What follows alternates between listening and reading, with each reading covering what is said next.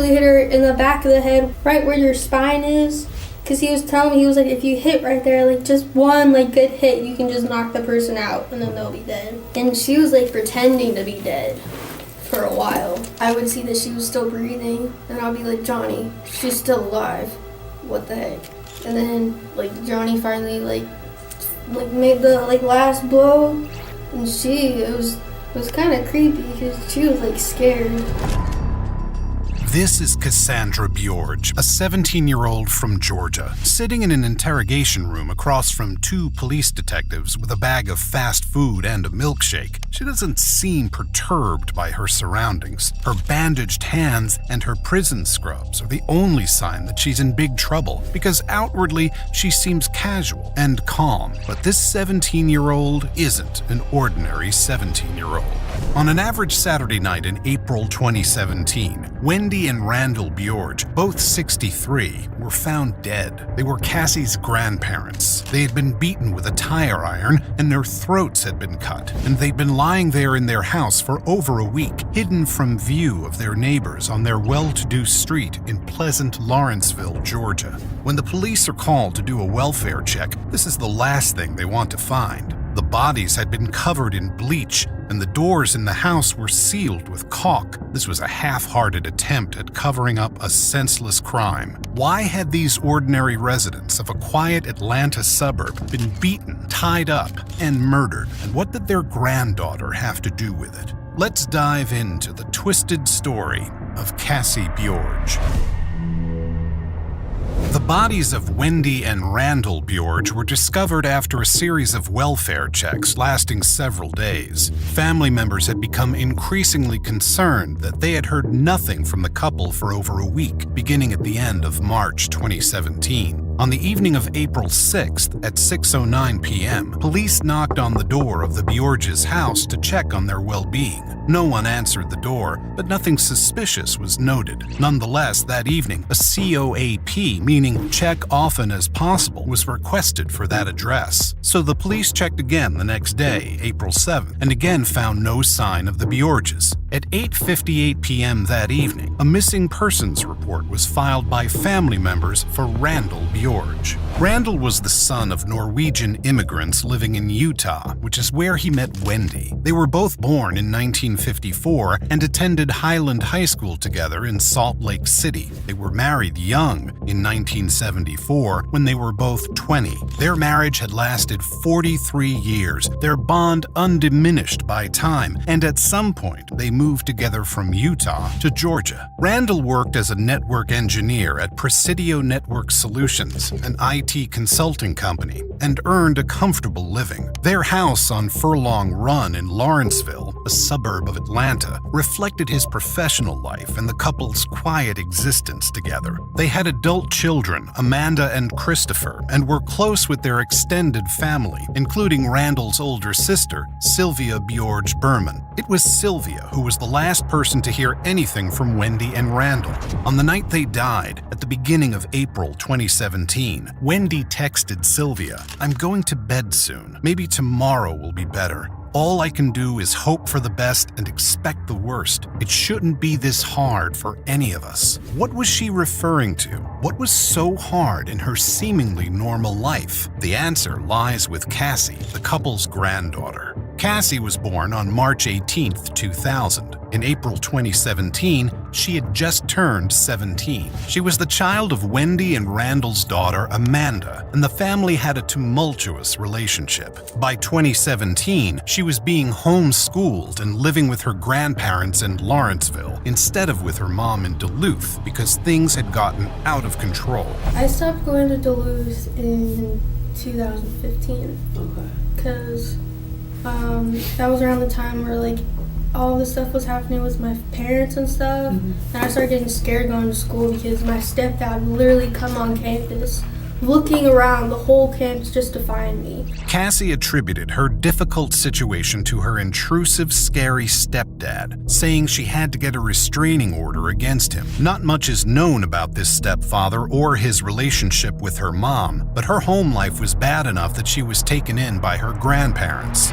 Wendy and Randall applied for custody in late 2015 and were granted it in 2016, so Cassie had been living with them for a year by the time everything went wrong in April 2017. But trouble had been building up for a while, and the move to Lawrenceville didn't fix Cassie's problems. Instead, it only brought problems into Wendy and Randall's otherwise peaceful home. Cassie seemed to attract trouble. By April 2017, she hadn't had a phone since December. I haven't had a phone since like December because my ex-boyfriend sold it. He told me we went to the Mall of Georgia one day and then I lost it. And then he said, oh, you might have lost it at the Mall of Georgia. So me over here thinking I lost it, and then I found out that he just sold my phone. So I was like... Did you do some karate chops on him or anything? Or well, kick his butt? He already went to jail before I could do anything. Oh, did he? Yeah.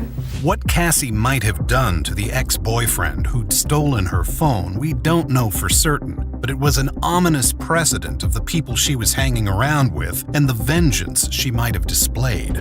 On November 30th, 2016, a domestic call came into the local police department. It was just before 10 p.m. Wendy and Cassie had been arguing because Cassie, then only 16, had broken her curfew. This wasn't the first time she'd done something like this. Between October 2015 and the killings in April 2017, the police were called to the Bjorges' home 31 times. 18 of these were because Cassie had run away, while the remaining 13 were suspicion of illegal drugs or domestic disputes. This call was one of the latter, but it would end more dramatically than usual.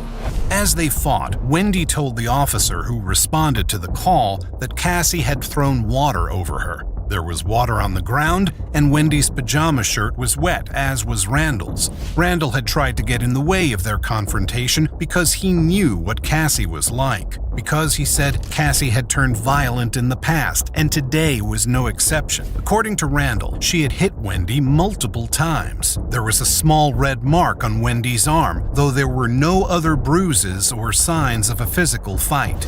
Cassie denied hitting her grandmother.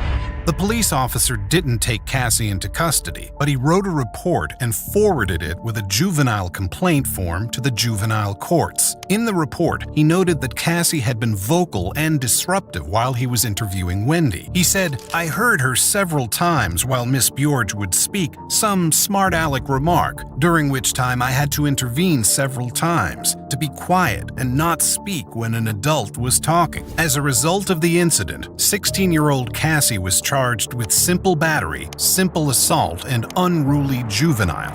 Wendy and Randall were trying to cultivate a peaceful and calm environment for their granddaughter, and yet her behavioral problems were only getting worse. She was reported missing twice after the domestic call, once on December 18, 2016, when she was still 16. Wendy posted on Facebook on January 5th that she had come home safely, but she went missing again on April 1st, and Wendy's final public Facebook post is a desperate plea for her granddaughter's safety. Please spread the word. Please be on the lookout for Cassie. I guess let's start from scratch about what happened, starting from when you ran away, I guess. I didn't really run away. My grandma kicked me out. Okay. And I came home because, it was time for curfew because I didn't want to violate my probation. So I came home and my grandpa was asleep and my grandma got really mad at me and she was saying oh, if you don't like it here,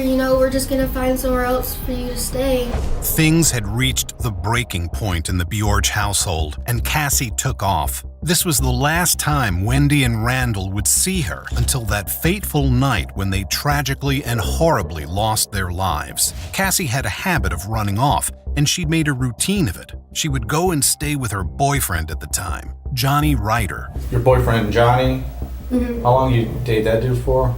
3 months. 3 months? Where'd you guys meet at? I met him through the ex-boyfriend who sold my phone. Because they came to pick me up one day because we wanted to chill. Yeah, we stayed at a hotel. They paid for everything. And they asked me if I wanted to come. I was like, yeah. Johnny was 2 years older than Cassie. His mom was Japanese, but he'd lived in the US for most of his life and moved to the Atlanta area in the 3rd grade. He'd wanted to be a Marine but suffered a shoulder injury and had to have surgery. This delayed joining up, and then he was arrested. But I still haven't gone to court for it because they gave me like 8 felonies, but it's not supposed to be 8 felonies.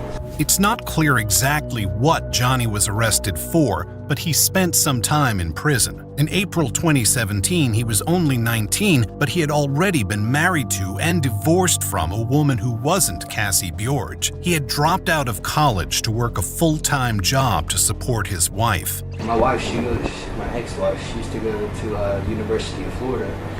So it's like a long distance marriage, you know. She's over here feeling neglected and depressed, and she thinks I'm cheating on her. Whenever she was a kid, like her dad beat her with chopsticks and forced her to do stuff like torture her mentally. This is why like I got kind of like down about it. And then me and my wife divorced, and then I found my girl now. Johnny's relationship with his ex-wife had broken down as a result of distance and the wife's traumatic past. Cassie brought with her no less baggage, but she was new and exciting. I don't know, maybe I'm just young and dumb in love, but... Did you have feelings for him, or just kind of a boyfriend type thing, or? I had feelings. Yeah. I still have feelings for him. I gotcha. I care about him. Johnny and Cassie were enamored with each other, but the real world was getting in the way. Cassie's grandparents' strict curfew and her constant fights with her grandma, and Johnny's ex-wife was also a problem. He got married to like this crazy bitch, and then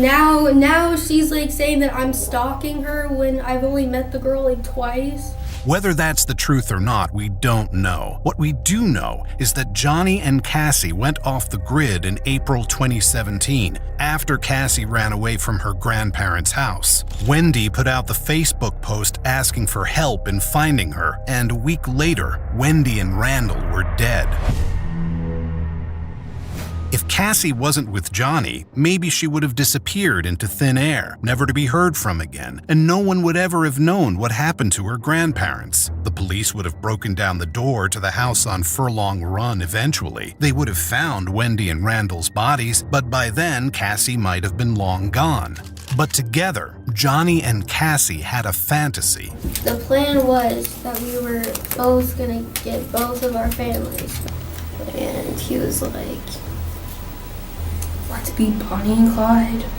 On April 7th, the missing persons report was filed for Randall Bjorge. Almost exactly 24 hours later, the police were called to investigate an assault elsewhere in Lawrenceville. The caller was Tomoko Ryder, Johnny's mom, and the victims were Johnny's sister Mindy and her boyfriend Kevin. Tomoko called 911 as she was driving Mindy and Kevin to the hospital for their injuries. She told the police that Johnny, accompanied by an unknown female, had beat Mindy with a baseball bat and made threats to kill her and Mindy. When they arrived on the scene, the police found the house in disarray, with blood smeared on the wall and the doorframe in the bathroom. The air was also full of noxious pepper spray. Tomoko told the cops that Mindy had called her because Johnny had come home for the first time in 2 weeks to steal from them. When she had confronted Johnny about it, he'd attacked her with bear spray and told the unknown girl to get a baseball bat. And then all of a sudden he goes out and comes back in and just sprays us straight in our faces and starts hitting us and tells his girlfriend to go grab the bat. And I see her come in with the bat, and the first thing she does is hit me across my back.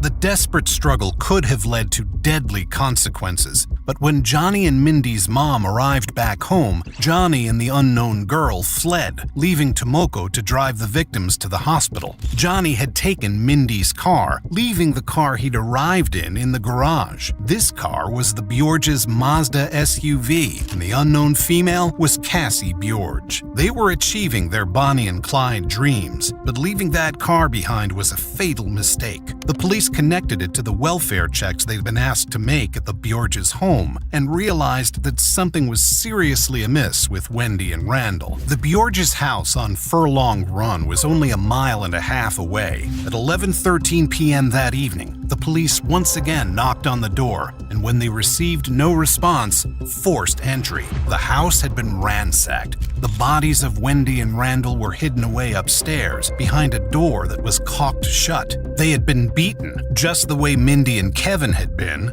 They had been stabbed, and their throats had been cut. Maybe that was what Johnny and Cassie had planned to do to Johnny's family as well, but thankfully they didn't get the chance when Tomoko came home early. Wendy and Randall were not so lucky. The police had already issued a warrant for Johnny's arrest after speaking to his mother. Now, with 2 dead bodies connected to Johnny and his then unknown girlfriend, it became imperative that they find him as soon as possible. The cops began a search for the car the pair had stolen from Mindy. At nearly 4 a.m. the following morning, they found it on a street a 20-minute drive away from the Bjorges' home. Cassie and Johnny were holed up inside a friend's apartment and refused to come out when the police told them to. The couple were considered dangerous, and for good reason, as they seemed to have killed 2 people and attacked 2 others. The police arranged a SWAT team, and at 12:13 p.m. on Sunday, April 9th, the SWAT team entered the residence and arrested Cassie and Johnny. The couple had attempted to kill themselves with stab wounds to the wrists. They were rushed to the hospital where their conditions were stabilized, and they went on to make full recoveries. So, what exactly had happened to Wendy and Randall, and why? The police interviewed and charged Johnny first. You're charged with aggravated assault on your sister and her boyfriend. So we're here just to find out what the heck happened. Maybe they messed around with Cassie and you got upset, or maybe Cassie did something. I don't know. Well, there's more to the story too. We're homicide detectives, and we're also involved we're working a double homicide with Cassie's grandparents. Johnny asked for his lawyer and didn't give the police anything. He was already in serious trouble because of the attack on his sister and her boyfriend, and the police would be detaining him when he got out of the hospital regardless. But Cassie was much more forthcoming. She explained that after she'd run away from her grandparents' house, she and Johnny had been sleeping in his car, idling around town, and hanging out with their friends. We were just all over the place, Bailey. We were just trying to find something to do. So I guess when do you decide to go back to your grandparents' house in the middle of the night? It was like a couple days after, like 2 or 3 days. At first, it wasn't my idea at first. He first asked me, "Are you afraid to die?" And I said no. And then I asked him, "Are you afraid to die?" And he said no. And he asked me, he was like, "Would you kill your grandparents?" You know, like I fought them, you know.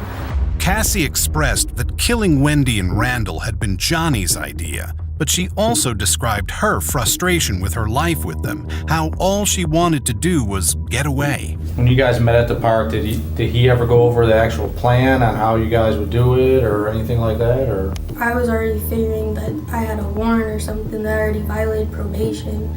We started out like with, you know, what time should we go over to the house? How are we gonna do this? You know, like what materials do we need to, do this? Cassie and Johnny arrived at the house when her grandparents were still up, so they lurked outside, waiting for the lights to go out. Wendy sent the fateful final text to her sister-in-law. "I'm going to bed soon. Maybe tomorrow will be better. All I can do is hope for the best and expect the worst. It shouldn't be this hard for any of us." And then she turned the lights out and went to bed, not knowing her murderous granddaughter was waiting right outside.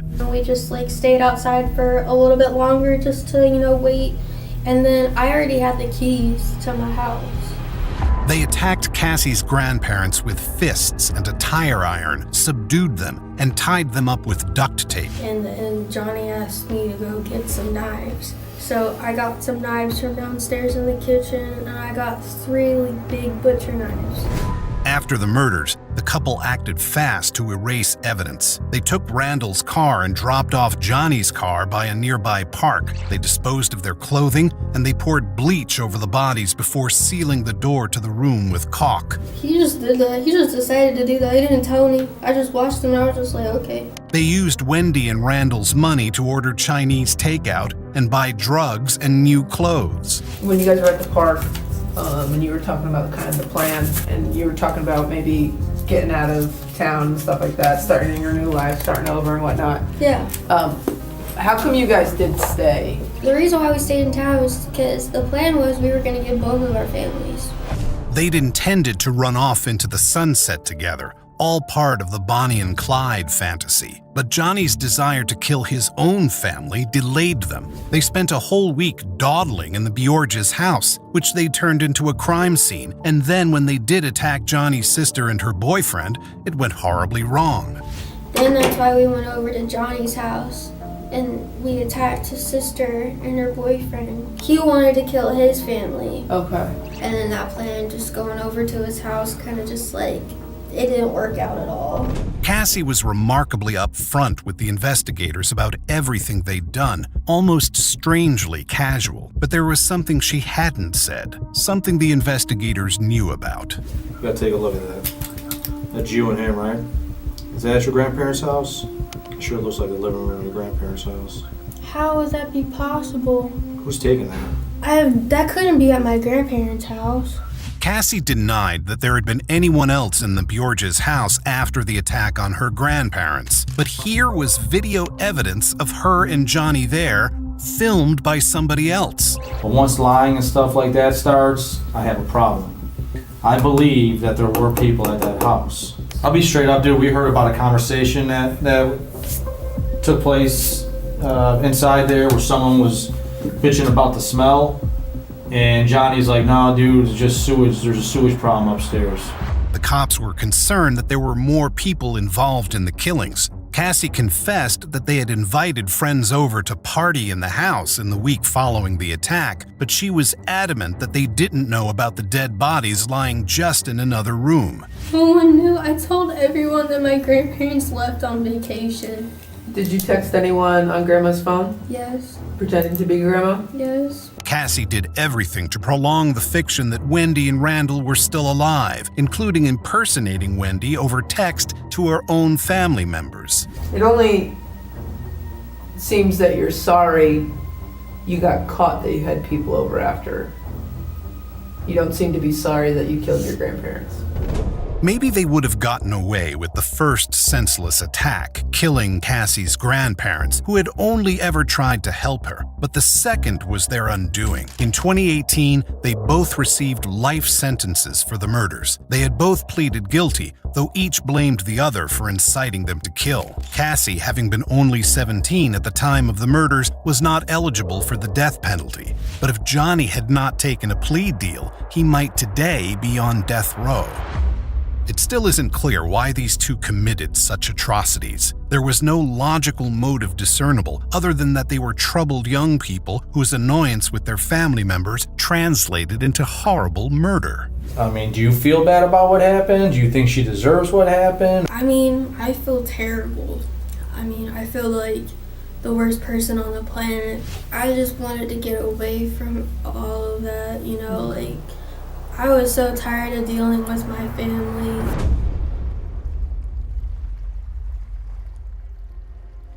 What do you think about this awful story? Why did Cassie kill her grandparents? Let us know your thoughts in the comments below.